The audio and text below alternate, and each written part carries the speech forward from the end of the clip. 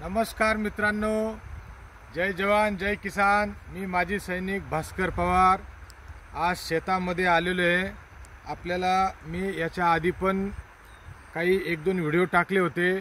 Tomato farming कशी केली जाते, आपण टोमॅटो लागवड केल्याचा एक व्हिडिओ टाकला होता। त्याच्यानंतर एक 15-20 दिवसाने टोमॅटोचा कसा प्रोग्रेस झाला त्याचा एक व्हिडिओ टाकला होता।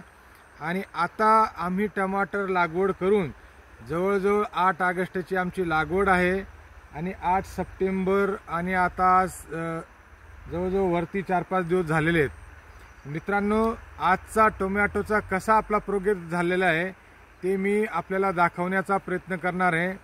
माझे मित्र मनोहर दादा शेवाळे, गाव मोग बनगी, तालुका कळवण, त्यांचं त्रिमूर्ती ॲग्रो कृषी दुकान आहे।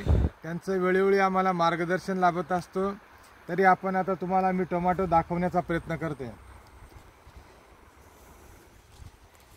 मित्रांनो, या बाजूला आमचा एक शानदार ओढा गेलेला आहे। या ओढ्याला भरपूर पाणी असतं। खाली मसोबा महाराजांचं मंदिर आहे, त्यांची आम्ही पूजापाठ करत असतो। बाजूला मकाची शेत आहे आणि त्याचबरोबर इकडे आमचे चुलत्यांचा आवळाचा मोठा बाग आहे। आम्ही आता जवळजवळ हे असे आंब्याचे 21 झाडं शानदार लावलेले आहेत आणि हा समोर टोमॅटोचा आमचा बाग आहे। आम्ही हा 8 ऑगस्टचा लागवड आहे। 8 ऑगस्टला आम्ही लागवड केली, आर्यमान व्हरायटी लागवड केलेली आहे आणि आता 1 महिन्याच्या वरून टोमॅटो झालेला अतिशय सुंदर असा प्रोग्रेस झालेला आहे।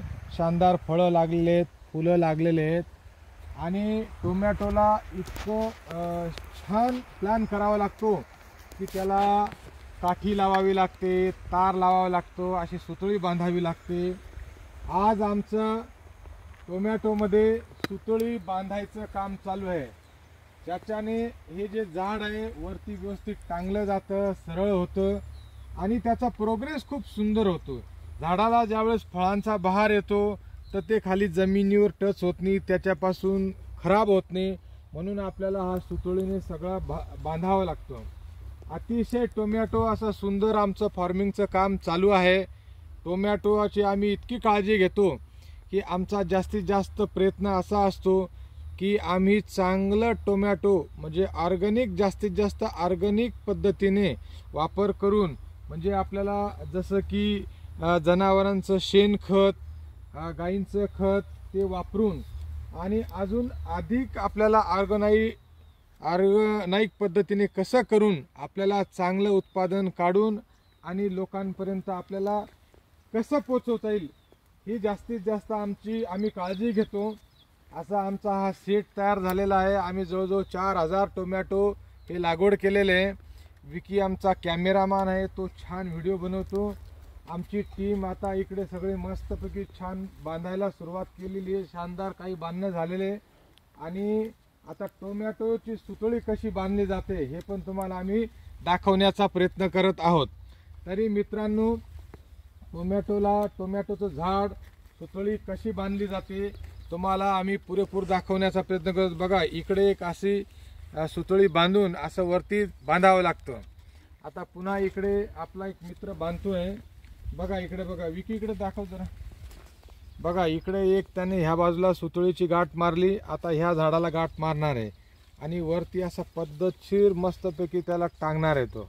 अशी ही पहिली बांधणी आहे मित्रांनो। सेकंड बांधणीला पण आम्ही तुम्हाला सेकंड बांधणीचा व्हिडिओ नक्की दाखवण्याचा प्रयत्न करू। आणि टोमॅटो फार्मिंग करणं हे सोपं नाही।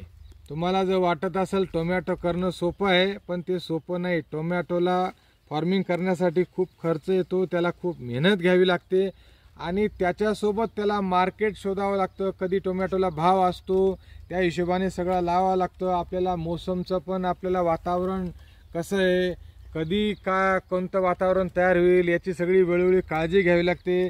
आपल्याला टोमॅटोच्या पानांवरती वेगवेगळे जे आहे कीटाणू पडत असतात, त्याला फवारण्या कराव्या लागतात। एवढं सोपं नाही आहे। टोमॅटो करताना पुरेपूर काळजी घ्या, कन्सल्टंटची माहिती घ्या, चांगला कन्सल्टंट शोधा, त्याच्या कृषीविषयक जो जाणकार आहे त्याची माहिती घेत राहा, आणि मगच टोमॅटो लागवड करा. नाहीतर टोमॅटोला भाव नाही भेटला, कधी फळ चांगलं नाही लागलं, फुल सेटिंग नाही झाले, अशा अनेक प्रॉब्लेम येतात. तर आम्ही पूर्ण अभ्यासपूर्वक आमचं काम चालू असतं. आता पुढचा व्हिडिओ तुम्हाला आम्ही फळ ज्यावेळेस छान तयार होईल त्यावेळेस दाखवण्याचा पुरेपूर प्रयत्न करू. आत्तापर्यंत आम्ही हा 3रा व्हिडिओ बनवलेला आहे. पहिला तुम्हाला टोमॅटो लागवडचा, दुसरा तुम्हाला टोमॅटो लागवड कशी सेट झाली. आता आम्ही पूर्णपणे काठी, तार आणि सुतळी बांधायचं काम चालू आहे. फूल वगैरे लागलेले आहे, फळं वगैरे काही झाडांना छान लागलेले आहेत.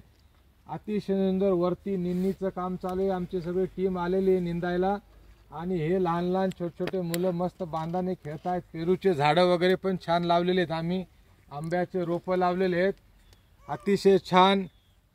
थँक्यू मित्रांनो. जय हिंद, जय महाराष्ट्र.